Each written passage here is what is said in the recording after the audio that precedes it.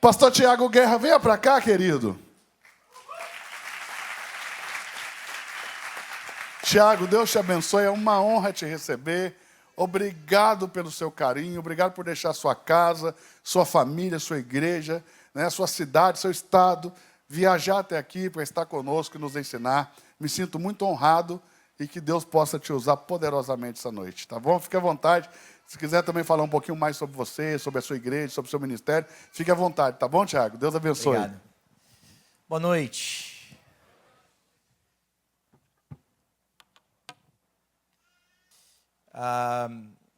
Eu sou o pastor Tiago Guerra, como foi falado.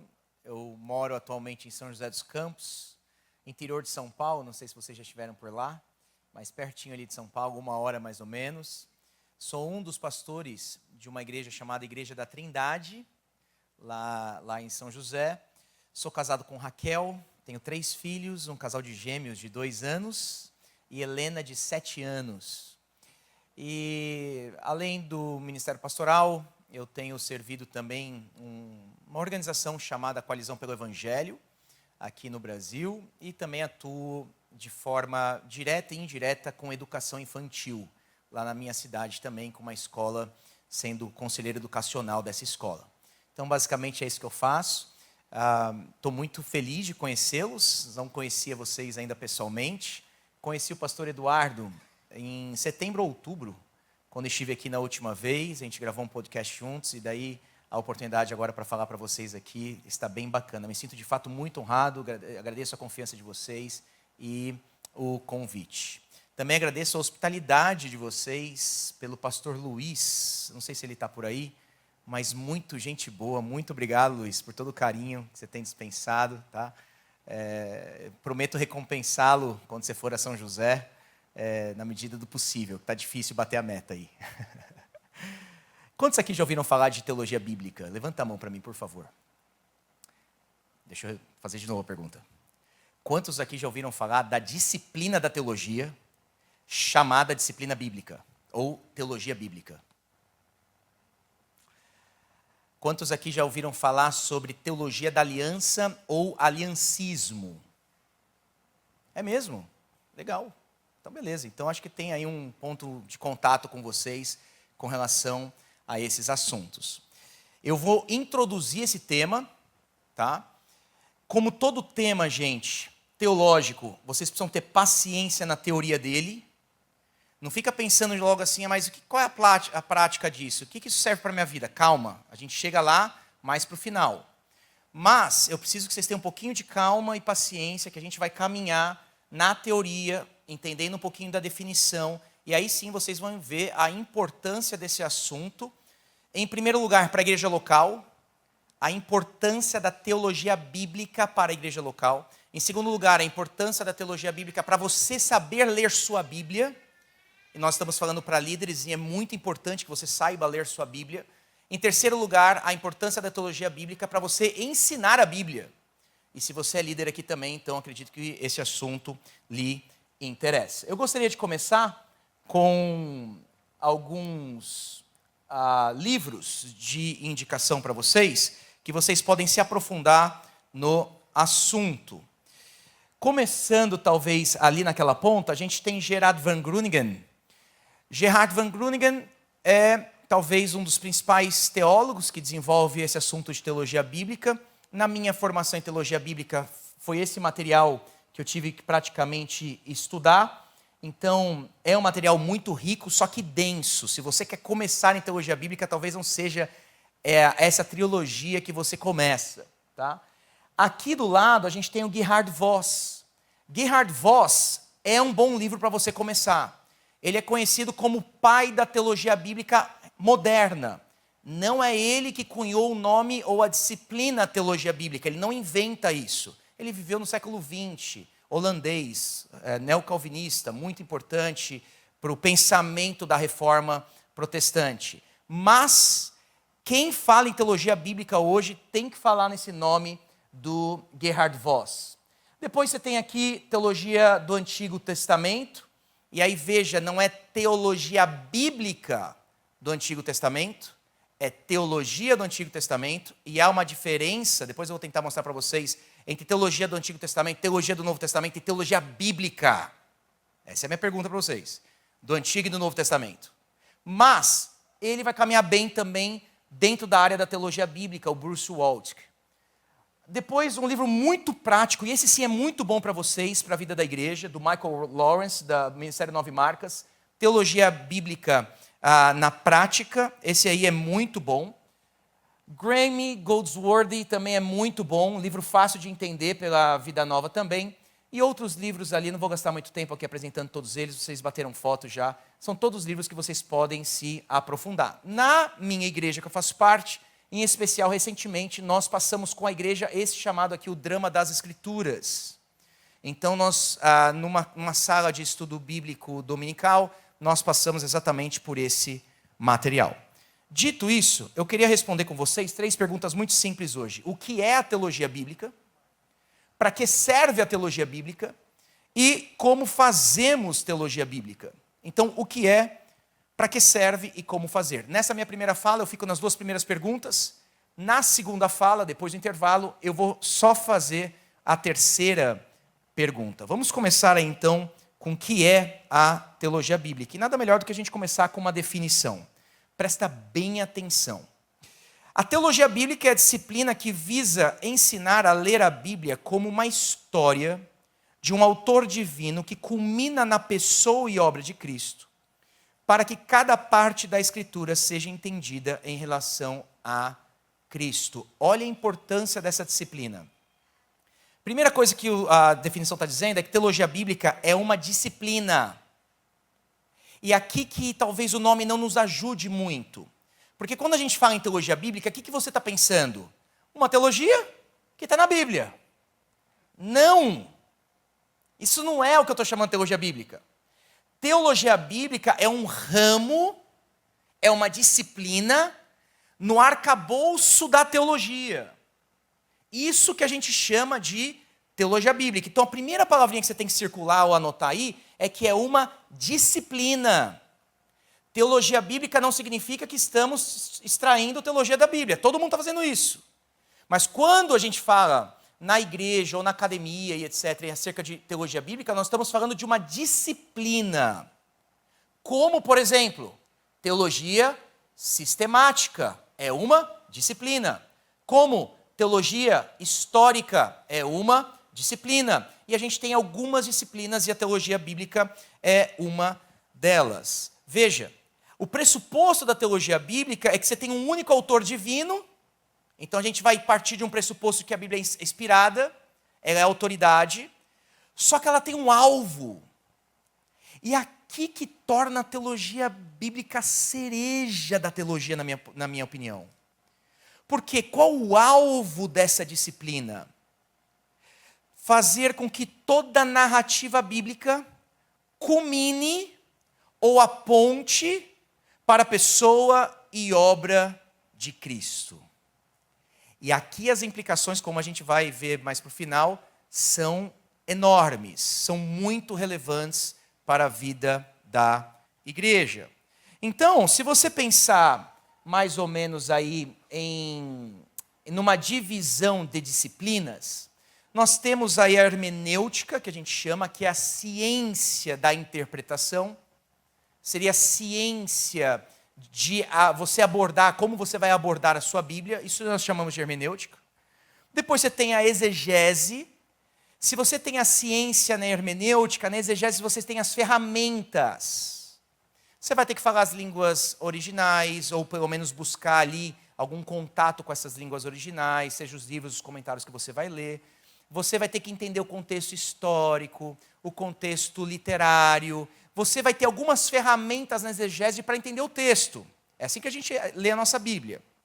Olha onde vem a teologia bíblica. Depois da exegese, agora eu vou extrair um monte de informação importante daquela passagem que eu estou considerando e lendo na minha Bíblia. E eu vou fazer agora teologia bíblica. Ela entra aqui. Então, a teologia bíblica como disciplina, ela bebe da exegese. Isso que é importante a gente ter em mente.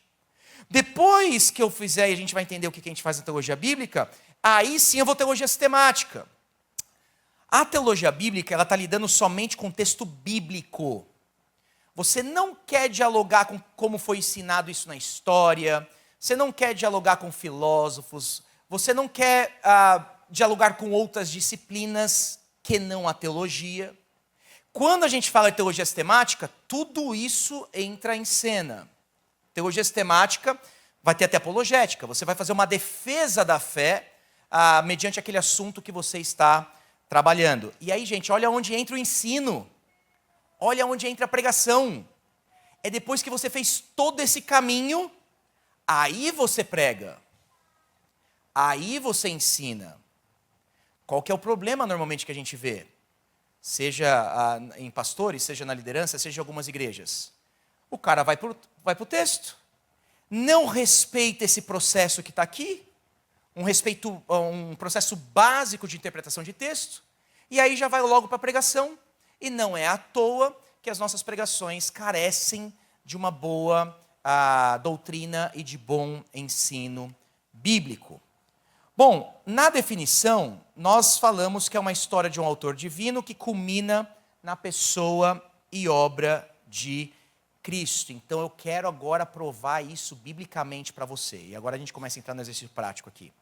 Abra sua Bíblia em Lucas capítulo 24, por gentileza. Eu vou ter o texto aqui, mas eu gostaria muito que você abrisse sua Bíblia para a gente interagir um pouquinho.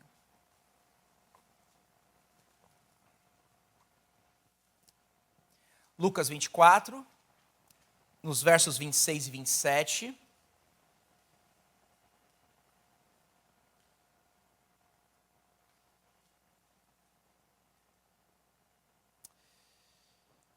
Não é verdade que o Cristo tinha de sofrer e entrar na sua glória? Olha só, gente. Lembra qual é o alvo da teologia bíblica, tá? Culminar em Cristo toda a revelação. Beleza? Jesus falando. E começando por Moisés e todos os profetas, explicou-lhes o que constava a respeito dele em todas as Escrituras. Quando você está lendo aí, começando por Moisés e profetas, qual seção da Bíblia nós estamos falando? Antigo Testamento. E aí está Lucas narrando para a gente, que Jesus, quando está falando com seus discípulos, está dizendo, olha, lembra Moisés? Lembra os profetas? Eles estavam falando acerca de mim. Seguindo, se você vai para os versos 44 e 48, vai dizer no verso 44, são essas as palavras que eu lhes falei, estando ainda com vocês, era necessário que se cumprisse tudo o que está escrito a respeito de mim. Aonde está escrito a respeito de mim? Na lei de Moisés, nos profetas e nos salmos. Essas três expressões resumem todo o Antigo Testamento hebraico. Lei de Moisés, profetas e salmos. Jesus está dizendo, olha, vocês nunca viram no Antigo Testamento que isso falava acerca de mim? Então, lhes abriu o entendimento para compreenderem as Escrituras. E a perguntinha que eu faço para vocês, que vale aqui R$1 milhão, é: eles não conheciam as Escrituras, os discípulos de Jesus? Eles estavam com Jesus há 3 anos. Então, em que sentido parece que Jesus agora abre o entendimento desses homens? Jesus dá a eles agora uma lente, dá uma hermenêutica diferente. O que Jesus está dizendo a eles era, vocês já leram os Salmos? Vocês já leram os profetas? Você já leu Moisés? Agora volta para lá. Vai ler novamente. E quando você voltar para lá agora, lembra que tudo que está escrito lá no passado diz a respeito de mim. Isso que é revolucionário aqui para os discípulos. Isso que deveria ser revolucionário para a igreja cristã atual. Porque a minha frase aí que eu deixo com vocês é que a igreja não é chamada para pregar a Bíblia. A igreja é chamada para pregar a Bíblia pelas lentes do Evangelho. E aqui tem um hiato, tem um abismo gigante. Porque todo domingo numa igreja cristã, tem um pastor com a Bíblia aberta. E aí você entra na igreja e você pensa que o cara está pregando a Bíblia. E ele pode estar pregando a Bíblia. Só que ele pode estar pregando a Bíblia sem as lentes do Evangelho. Sem Cristo no texto. Então, até é difícil, às vezes, quando a gente vai referenciar uma igreja para alguém, porque a gente diz assim, olha, procura uma igreja que pregue a palavra. Aí o cara diz, olha, mas eu entro na igreja lá, e aí a Bíblia está aberta. Eles estão pregando a palavra. Então percebe aqui que tem uma diferenciação grande na prática da vida da igreja que nós estamos falando. Uma coisa é o cara todo domingo abrir a Bíblia e pregar um texto, outra coisa totalmente diferente é o cara abrir a Bíblia, pregar o texto, só que agora apontando para o Evangelho. E aí, meus irmãos, se vocês lembrarem no texto de Lucas, o que Jesus disse no verso 48 aí do capítulo 24 é: vocês serão testemunhas destas coisas. Que coisas? Não é pregue somente os salmos, não é pregue somente os profetas, não é pregue somente a lei. Vocês que trabalham, por exemplo, no Ministério Infantil, não é somente ensinar historinha bíblica no Ministério Infantil. Você que fala para jovens, não é somente abrir ali exortações do apóstolo Paulo, qualquer tipo de exemplo moral que você tem no Antigo Testamento, e pensar que você está ensinando a Bíblia. Jesus não te chamou para ser testemunha dessas coisas, mas Ele te chamou para você ser testemunha dessa palavra que você lê, só que agora com essa compreensão de que de alguma maneira essa palavra deve culminar na pessoa e obra de Cristo. E o texto ganha um significado totalmente diferente quando você tem essa preocupação. Pode confiar em mim. Eu vou dar exemplos aqui no final em alguns textos com vocês. Beleza até aqui? Vamos seguir então. Se a gente olhar, por exemplo, o texto de 1 Pedro, capítulo 1, verso 23, normalmente o que a gente vê também no Novo Testamento são palavrinhas intercambiáveis, por exemplo, entre palavra e evangelho. Deixa eu dar um exemplo para vocês, de como a palavra deveria ser o evangelho, tá? Então você tem 1 Pedro 1, 23, vocês foram regenerados não de semente corruptível, mas de semente incorruptível, mediante a palavra de Deus, a qual vive e é permanente. Ora, o que Pedro está dizendo? Não é que o pessoal estava lendo lá o Antigo Testamento e porque leu toda a palavra se converteu. Não é isso que converte um indivíduo. Pedro está dizendo, ou se referindo aqui à palavra de Deus, como sinônimo do Evangelho.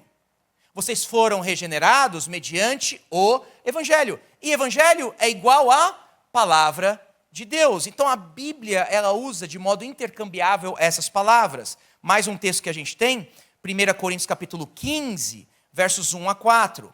Olha aí como Paulo vai usar as palavrinhas diferentes com o mesmo significado. Irmãos, venho lembrar-lhes o evangelho que anunciei a vocês. O evangelho em primeiro lugar. Se você vai ler no verso 2, por meio dele vocês também são salvos se retiverem a palavra. Para Paulo é a mesma coisa. A palavra de Deus se resume no evangelho. Essa é a ideia. Se você olhar o verso 3, antes de tudo entreguei a vocês o que também recebi, que Cristo morreu pelos nossos pecados, segundo as Escrituras. Escrituras é igual palavra, que é igual evangelho. Verso 4, e o que foi sepultado e ressuscitou ao terceiro dia, segundo as Escrituras. Tudo isso para dizer que se você vai falar da Bíblia, se você vai pregar a Bíblia, ensinar a Bíblia, o evangelho precisa ser comunicado nessa exposição. Mais um texto que nós temos, João capítulo 5, verso 39. Vocês examinam as Escrituras, porque julgam ter nelas a vida eterna, e são elas mesmas que testificam de mim. Então você precisa ter essa preocupação. Você está lendo Gênesis capítulo 1. No princípio, Deus criou os céus e a terra. Você parou aí. A pergunta que você tem que fazer é: como esse verso aponta para Cristo? Entende a importância da teologia bíblica?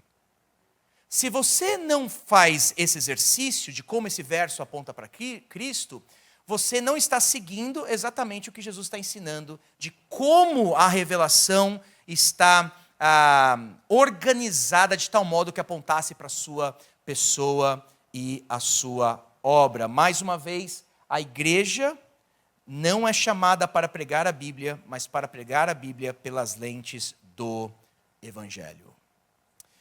Aí agora eu dou algumas definições para vocês, ainda nessa parte teórica, porque nos ajuda bastante.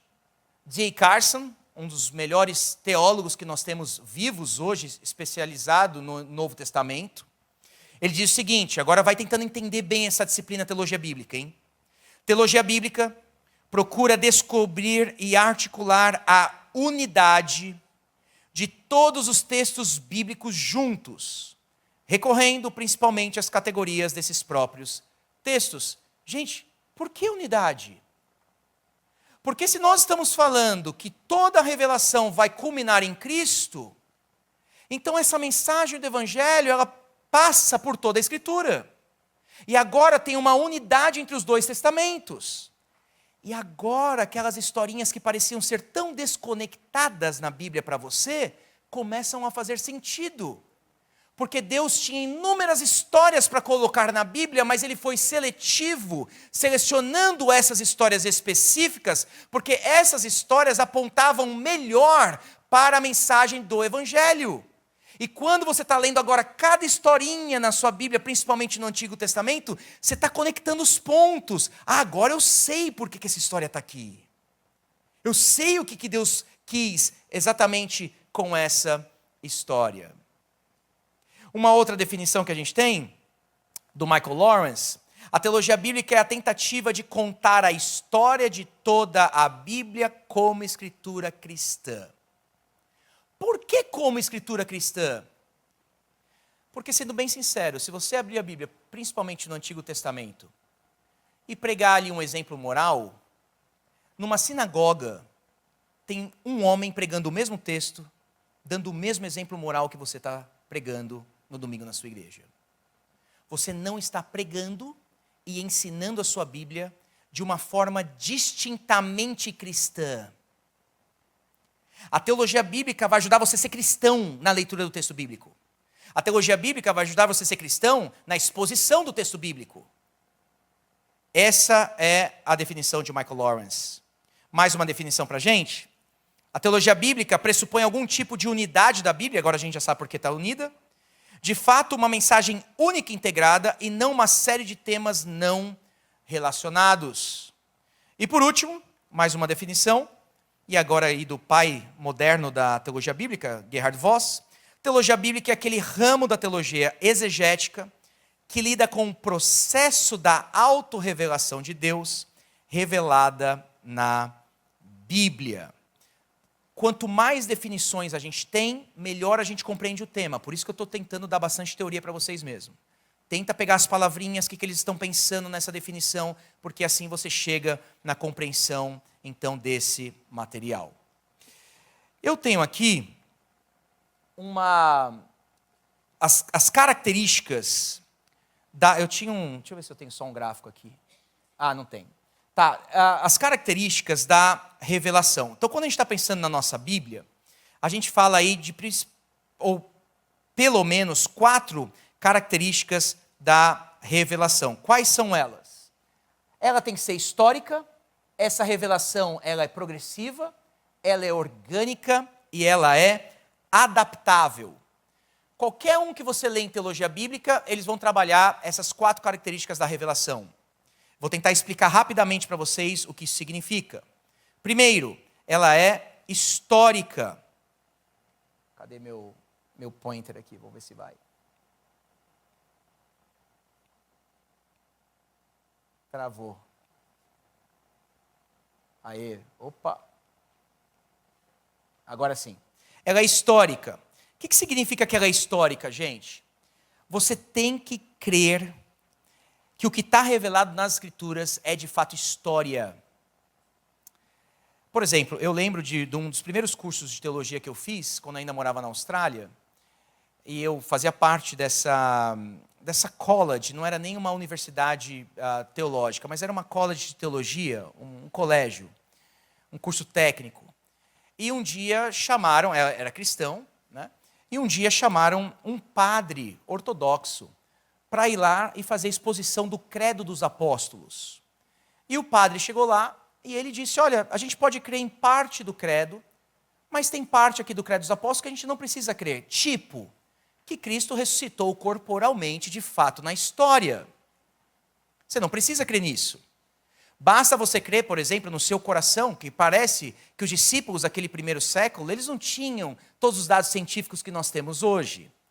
Então, se você acreditar no seu coração como eles acreditaram, independente se foi na história ou não que isso aconteceu, está valendo.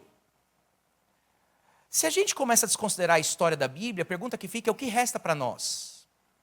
Quem pode selecionar para você o que de fato é história verídica e o que não é? Então, o primeiro pressuposto quando a gente está falando de teologia bíblica, quando você está lendo a sua Bíblia, é aquilo que de fato está narrando como história, de fato aconteceu. Se você não tiver esse pressuposto, você vai ter dificuldade na sua interpretação bíblica. Segundo dado muito importante, gente, a revelação é progressiva. O que isso significa? Pensa comigo. Nós falamos aqui Gênesis capítulo 1, verso 1. No princípio, Deus criou. Que Deus? Você consegue por esse verso saber que existe o Deus Trino, Pai, Filho e Espírito Santo? Sim ou não? Pelo verso 1. Não consegue, consegue?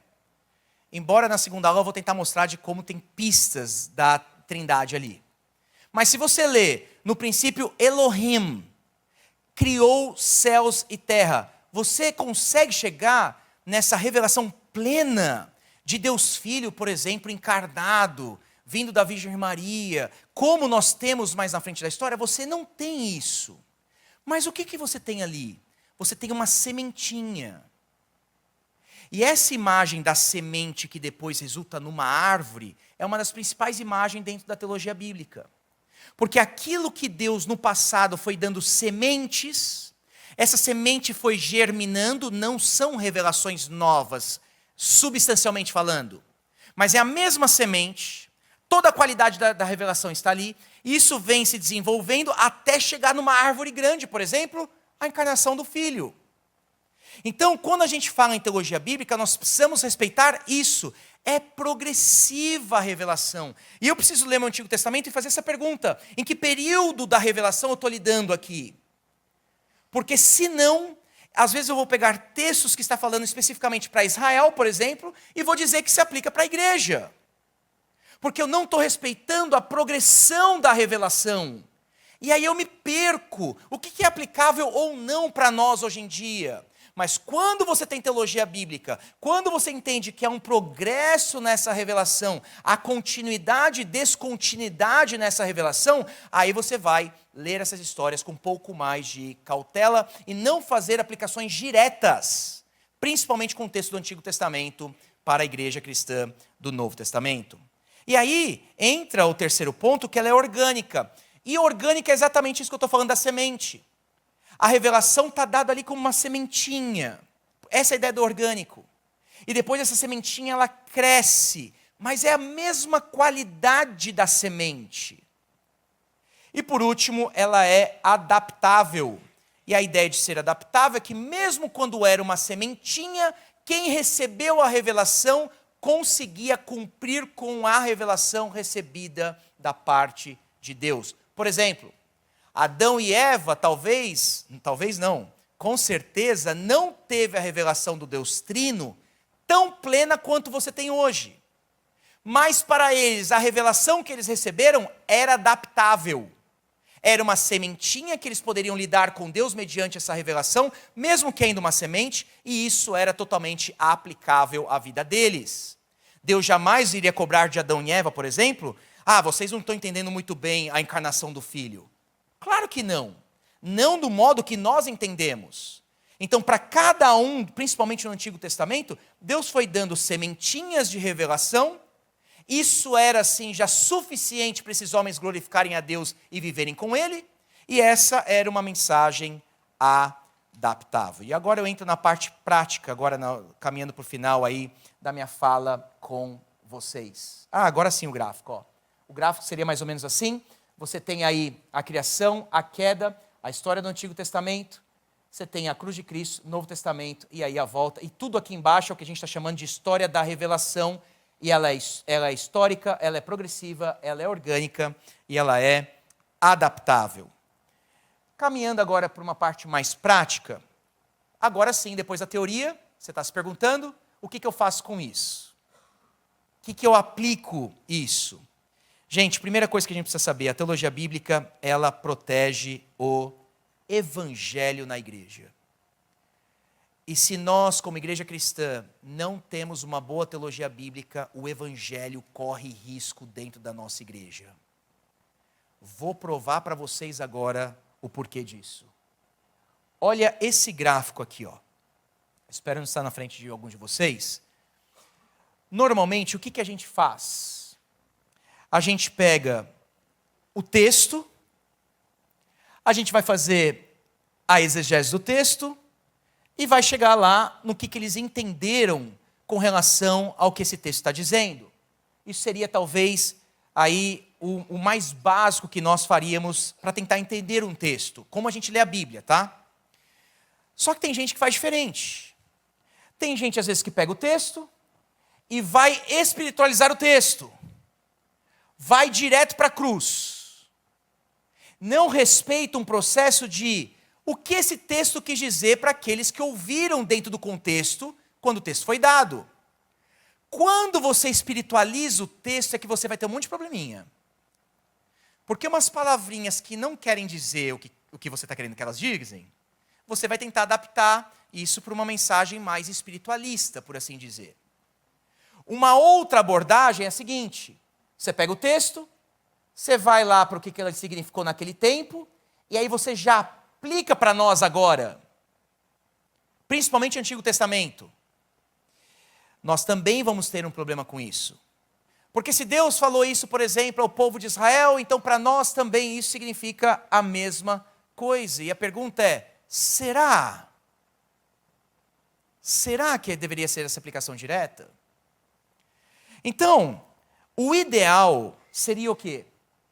Que a gente pegue o texto, leva ao que eles entenderam naquele tempo, leva daí para a cruz de Cristo, e isso agora nós estamos chamando de teologia bíblica, lembrando que todo texto, principalmente do Antigo Testamento, deve culminar em Cristo.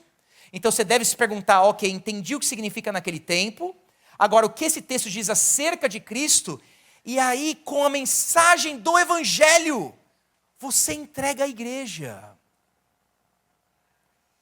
É totalmente diferente agora a abordagem.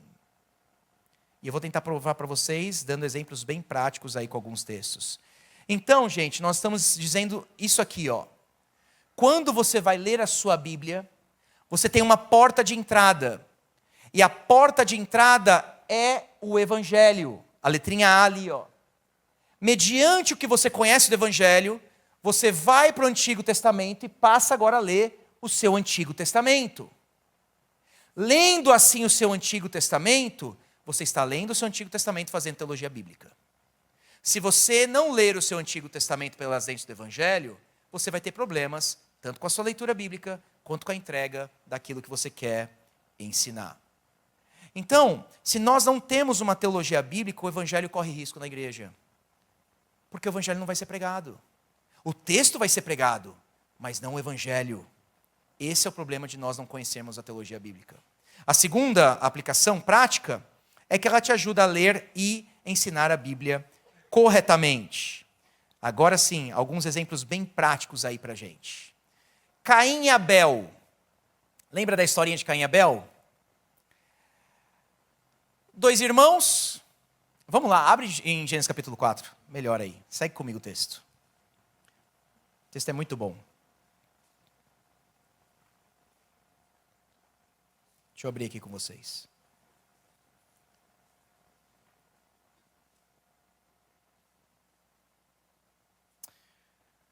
Gênesis capítulo 4, você tem aí dos versos 1 até 16, né? Seria basicamente a história de Caim e Abel. Existem inúmeras maneiras de você abordar esse texto. Por exemplo, muito comum, vamos fazer um sermão ou um estudo sobre a verdadeira oferta. Qual passagem você vai usar? Caim e Abel.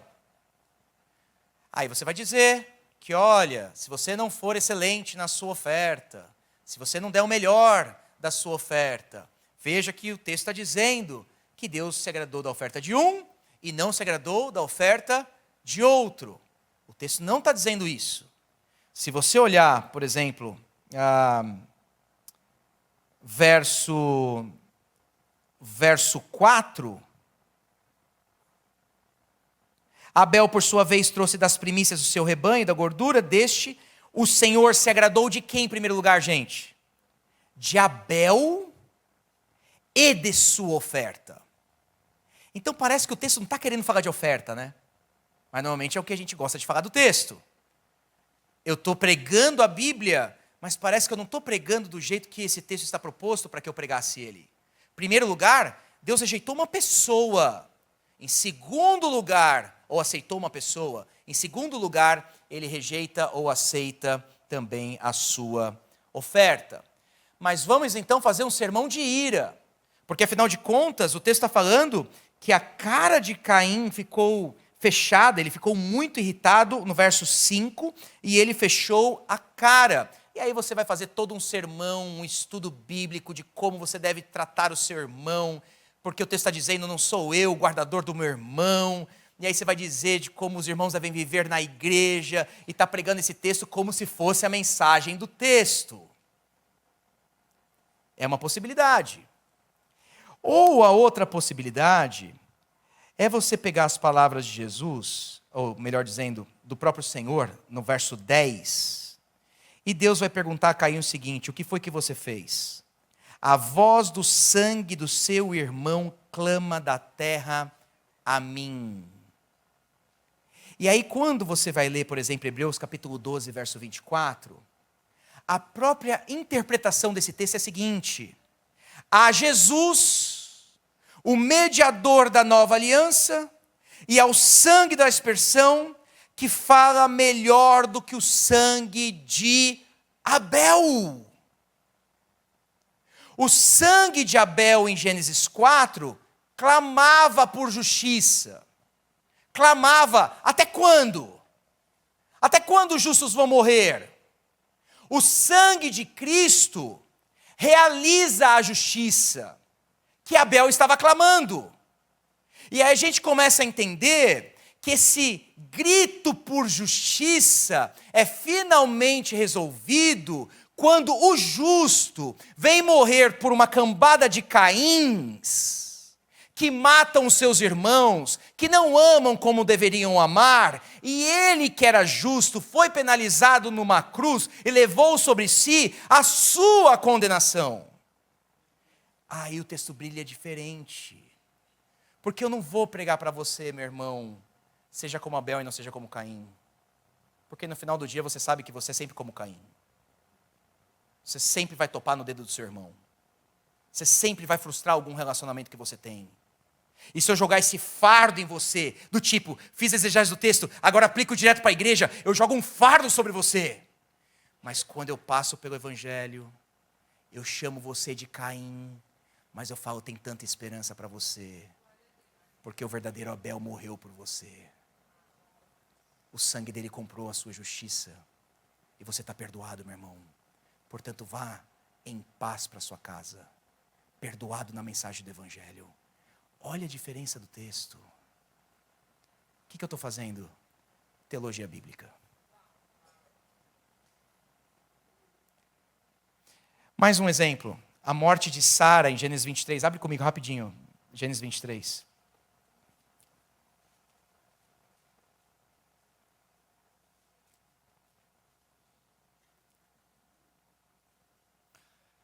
Para mim, um dos textos mais bonitos que a gente tem da vida de Abraão, se você ler o verso 1, vai dizer, Sara viveu 127 anos, morreu em Kiriat Arba, que é Hebron, na terra de Canaã. Abrão veio lamentar Sara e chorar por ela. Gente, é a primeira vez que você vê Abraão chorando na Bíblia. Em Gênesis 12, quando ele teve que deixar sua parentela, ele não chora. Em Gênesis 22, quando ele tem que sacrificar seu próprio filho Isaque, ele não chora. Mas quando a morte bate na porta da casa dele, aí ele chora. Porque o que é esperado por nós mediante a morte? O choro. quando o grande inimigo chega e toca nas pessoas mais queridas, aquilo que você mais ama, o que é esperado de você é choro, é lamento. Por isso que você tem Jesus, né, em João capítulo 11, chorando pelo seu grande amigo, sabendo que é ressuscitar ele. Porque o amor é perfeito e o amor tudo sofre. O verdadeiro amor chora. E você tem essa nota muito importante desse patriarca perdendo Sara. É uma tragédia. A morte, a maior inimiga que nós temos, bateu na porta do patriarca e ele não resiste se não chorar. Se você analisa as palavrinhas-chave que você tem em Gênesis 23, vai ter, por exemplo, verso 2, morreu. Se você olhar verso 4, deixe-me adquirir uma sepultura. Cheira a morte o capítulo, está vendo? Para que eu possa sepultar a minha falecida. A gente está atrás de palavrinhas-chave para entender qual é o tema da passagem. É assim que a gente faz. Se você olhar o verso 6, no meio dele, sepulte a minha falecida nas melhores sepulturas. Você vai lendo o capítulo 23 e o tempo todo é morte, morte, decadência, o fim chegou. Só que você vai para o final do capítulo, e quando você chega lá no final do capítulo, vai dizer que ele compra o campo de Efron, que estava em Macpela, verso 17, se você olhar aí na sua Bíblia. Ele compra a caverna, todo o arvoredo, um jardim que havia nele, e passa a ser propriedade de Abraão. Abraão conquista a primeira propriedade dele na terra prometida mediante a morte. Então parece que Deus está usando uma tragédia, está usando a morte, mas ressignificando ela, né? E aí ele ganha um campo, ele ganha um jardim. Aí você vai lá para João capítulo 20, e quando Maria vai encontrar com Jesus, ela encontra um que estava cuidando do jardim. Ele sai da sepultura e diz que Maria olhou para ele e pensou que ele fosse um jardineiro. Por que jardineiro, hein? Quem foi nosso primeiro Adão mesmo? O que ele fazia no jardim? Ele guardava e cultivava o jardim. E aí parece que o nosso segundo Adão, o primeiro parou na morte, mas o segundo Adão fica na tumba 3 dias. Mas a morte não o segurou na tumba. Quando Maria vai encontrar com ele, agora ele se apresenta como o novo Adão, o verdadeiro jardineiro, tendo vitória sobre a morte. Lembrando para mim e para você que ele também ressignificou a nossa morte.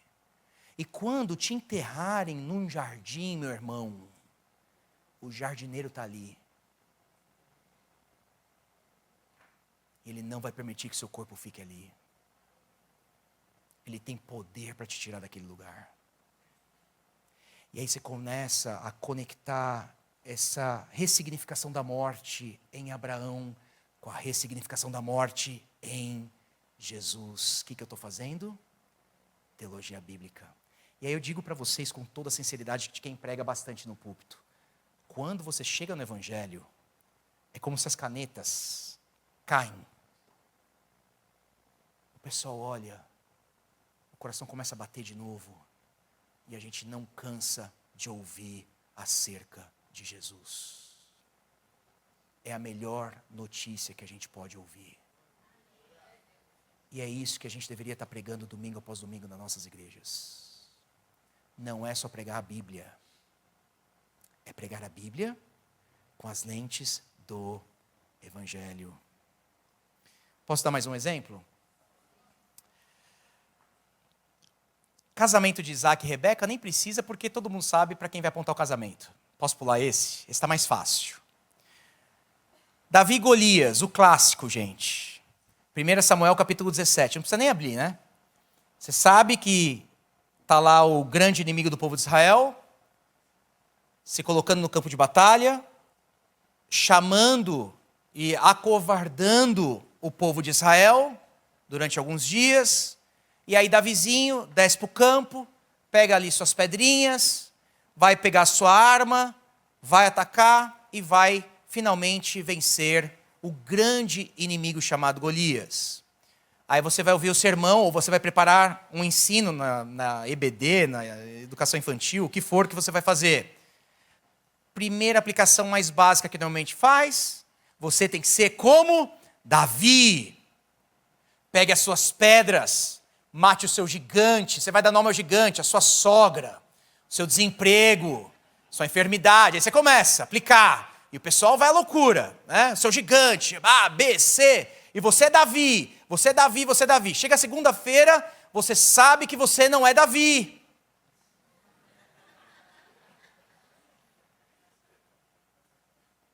Porque a história não foi feita para que você se maravilhe com Davi. A história foi feita para que você se maravilhe com o verdadeiro descendente de Davi. Você não é Davi na história. Você é o povo de Israel que teme o gigante. Você não tem força para vencer esse gigante. Por que você se pensa como um guerreiro, né? Não, eu sou diferente dos meus pares. Eu vou descer o campo de batalha. Eu vou lá lutar com o gigante. Você não vai fazer isso. Você é igreja, meu irmão. Você é povo, povão. Você tem medo do gigante. Então você precisa que um verdadeiro guerreiro interponha entre você e o grande gigante. E aí vem o Novo Testamento dizendo para a gente, no Evangelho de Mateus, capítulo 1, verso 1, genealogia de Jesus, filho de Abraão, descendente de Davi. E aí termina o Evangelho de Mateus, capítulo 28, verso 18, dizendo: toda autoridade me foi dada no céu e na terra. Porque ele é o verdadeiro rei. Ele é o grande rei Davi. Aí você pregou o Evangelho na historinha de Davi e Golias. Você não foi moralista. Você não jogou um peso nas costas e nos ombros daquele ouvinte, daquele jovem, daquela criança. Do tipo, imite a virtude. Como se fosse possível vivermos assim. Sem dependermos do Evangelho. Sem dependermos da graça. Sem dependermos de Cristo. Entende a importância da teologia bíblica? Entende como a teologia bíblica vai proteger o Evangelho da igreja? E se vocês não tiverem a teologia bíblica, o Evangelho está comprometido. Mesmo que preguem a Bíblia. Deixa eu terminar com as palavrinhas de João Calvino, um grande reformador francês, mas também genebrino, porque ele viveu aqui. Ele viveu em Genebra. E ele escreveu um prefácio de uma tradução do Novo Testamento em 1535.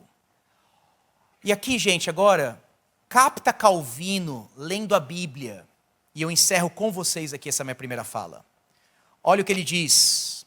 Ele, Jesus, é Isaque, o filho amado do Pai, que foi oferecido como sacrifício, mas não sucumbiu ao poder da morte. Ele é Jacó, o pastor vigilante, que tem tanto cuidado com as ovelhas que guarda. Ele é o bom e compassivo José, que em sua glória não tinha vergonha de reconhecer seus irmãos, ainda que em condição humilhada.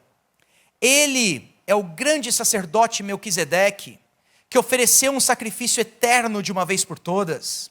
Ele é o legislador soberano Moisés, escrevendo sua lei nas mesas dos nossos corações pelo seu Espírito.